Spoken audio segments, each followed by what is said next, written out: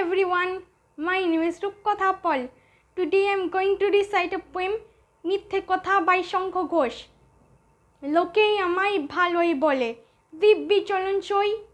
দোষের মধ্যে একটু নাকি মিথ্যে কথা কই ঘাটশিলাতে যাবার পথে ট্রেন ছুটেছে যখন মায়ের কাছে বাবার কাছে করছি বকম বকম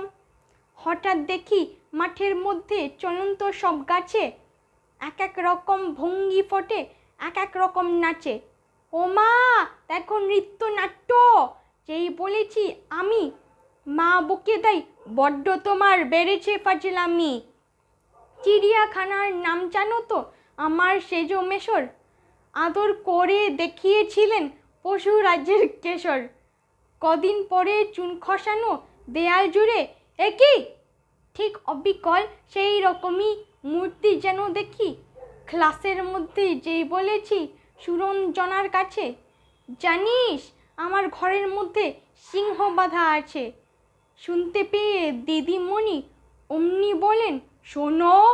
এসব কথা আবার যেন না শুনি কখনো বলি না তাই সেসব কথা সামলে থাকি খুব কিন্তু সেদিন হয়েছে কি এমনই বেয়াকুব আকাশ পারে আবার ও চোখ গিয়েছে আটকে শরৎ মেঘে দেখতে পেলাম রবীন্দ্রনাথকে থ্যাংক ইউ